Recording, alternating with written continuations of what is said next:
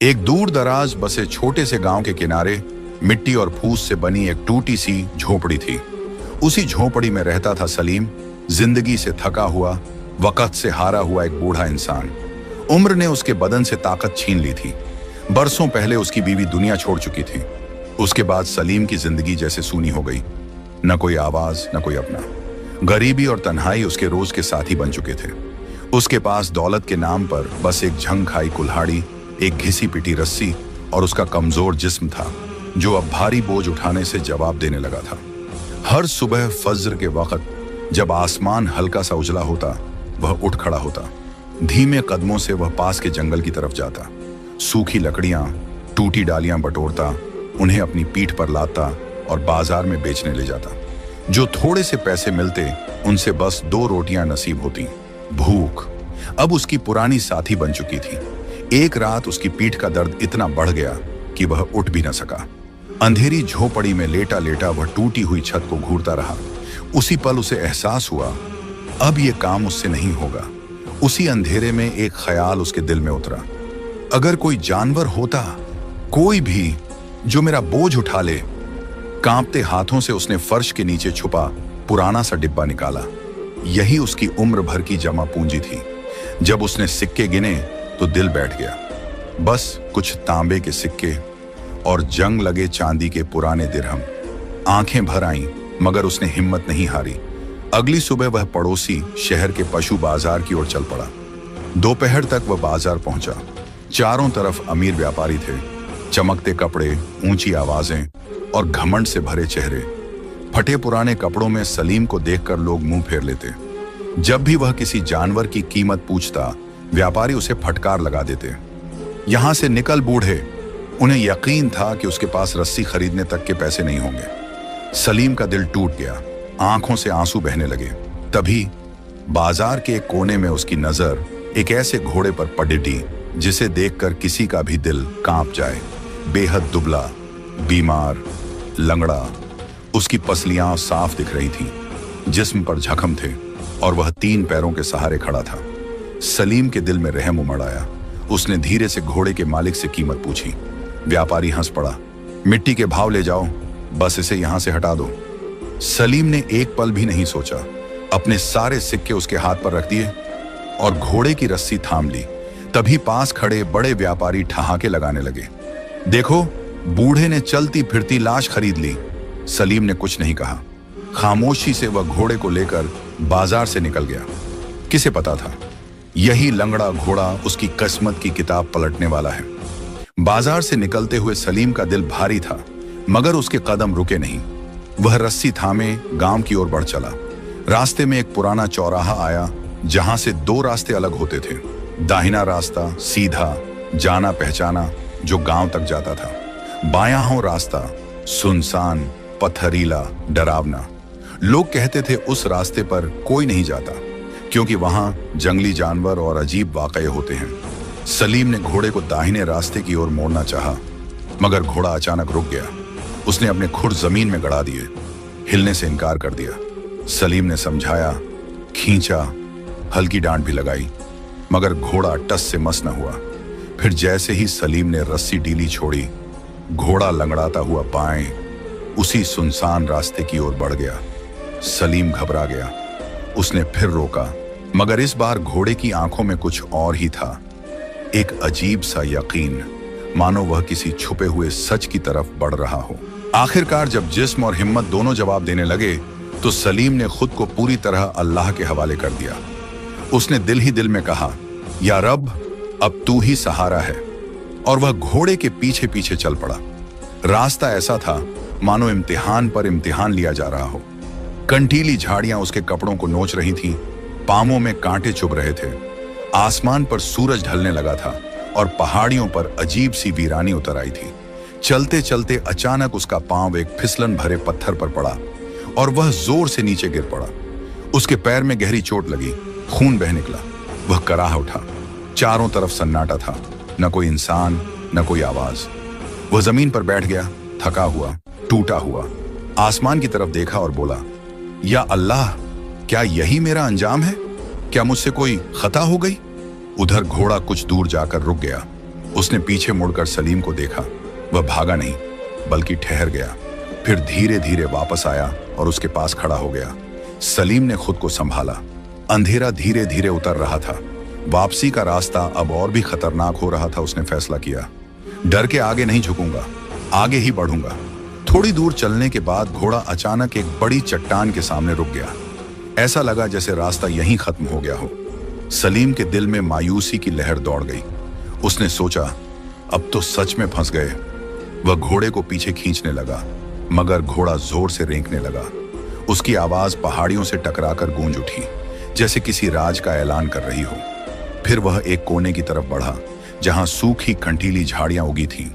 उसने अपने खुरों से जमीन पर जोर जोर से मारना शुरू किया और सिर से झाड़ियों को हटाने लगा। सलीम हैरानी से यह मंजर देखता रहा। फिर वह भी आगे बढ़ा और अपनी लकड़ी से झाड़ियां हटाने लगा।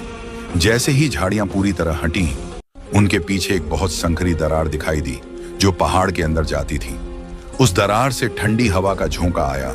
घोड़े ने पहले उस दरार की तरफ देखा, फिर सलीम की आंखों में। उसकी आंखों में अजीब सी चमक थी, जैसे कोई राज छुपा हो। सलीम का दिल तेजी से धड़कने लगा।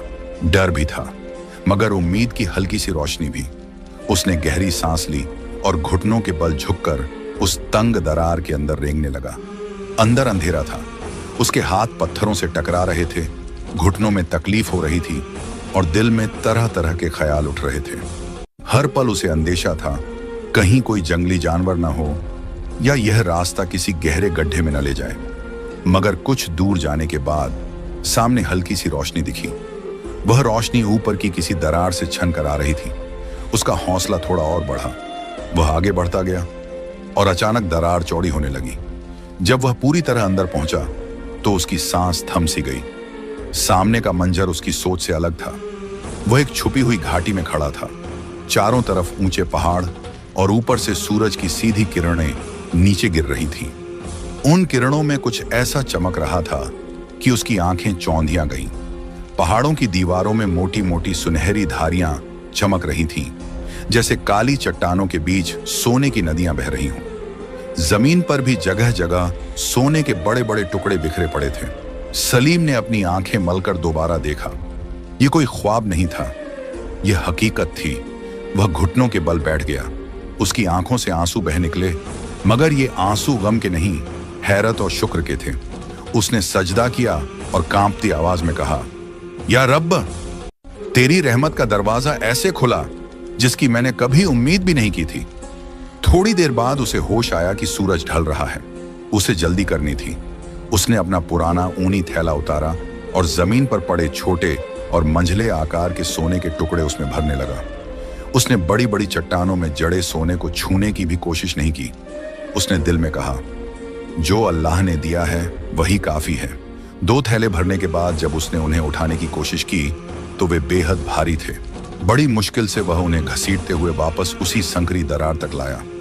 एक एक करके उसने थैले बाहर निकाले और दिल ही दिल में सोचता रहा, इम्तिहान के बाद ही इनाम मिलता है और सब्र करने वालों को अल्लाह कभी मायूस नहीं करता। दरार के बाहर घोड़ा वहीं खामोशी से खड़ा था। उसकी आंखों में अजीब सी तसल्ली थी, जैसे वह पहले ही जानता हो कि अंदर क्या मिलने वाला है। सलीम ने भारी थैलों को बड़ी मुश्किल से उसकी पीठ पर कसकर बांधा। ऊपर से सूखी टहनियां और लकड़ियां रख दी, ताकि दूर से देखने वाला यही समझे कि वह रोज की तरह जंगल से लकड़ी ढोकर ला रहा है। अजीब बात यह थी कि घोड़े ने जरा भी शिकायत नहीं की। न उसने गर्दन झुकाई, न कराह की। वह सीधा खड़ा रहा, जैसे अचानक उसके अंदर नई ताकत उतर आई हो। रात का अंधेरा धीरे धीरे फैल चुका था।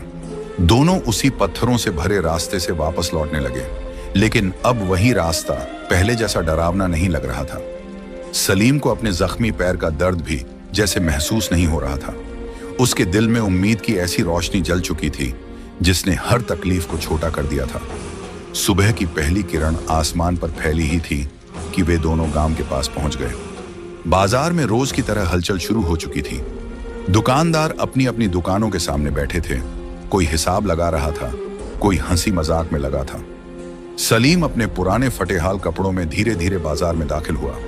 पहले तो किसी ने खास ध्यान नहीं दिया, फिर अचानक एक आदमी ने उसे पहचान लिया और जोर से चिल्लाया, अरे देखो देखो, लंगड़े घोड़े वाला बूढ़ा फिर आ गया।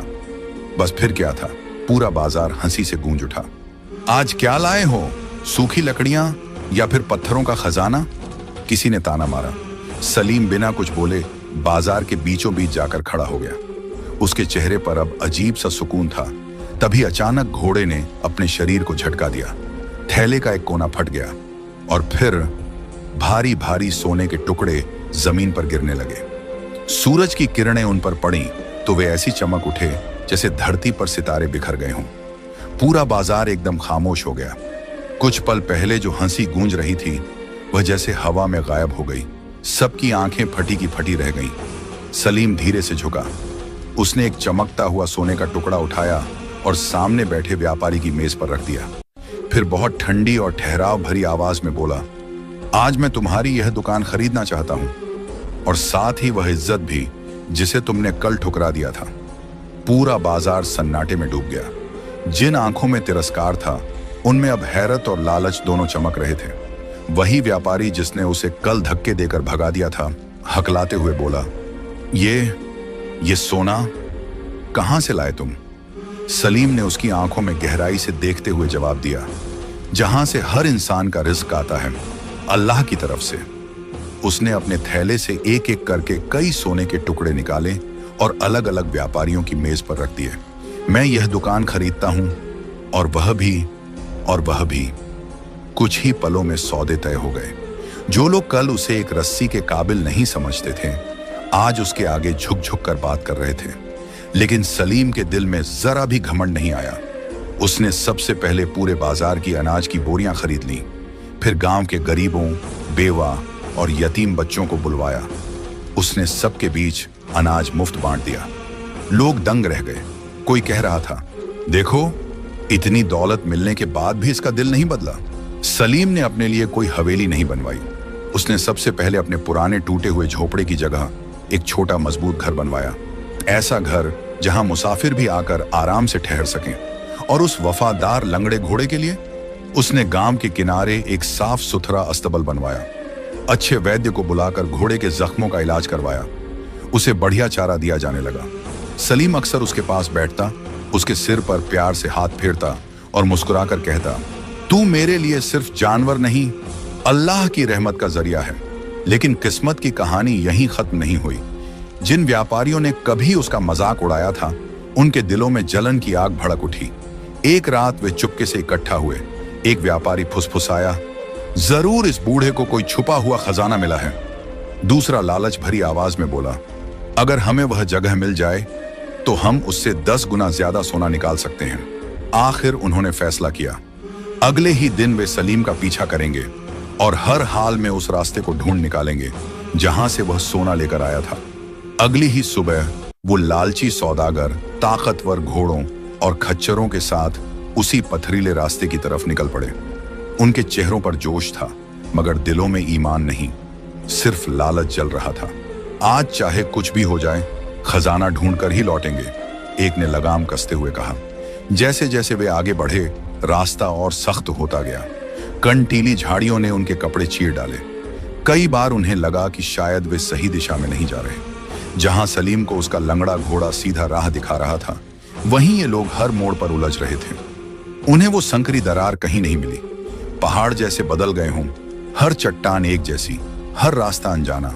दिन ढल गया। कुछ के घोड़ों के पैर जख्मी हो गए। कोई गिर पड़ा। थके हारे, शर्मिंदा और परेशान वे गांव लौट आए।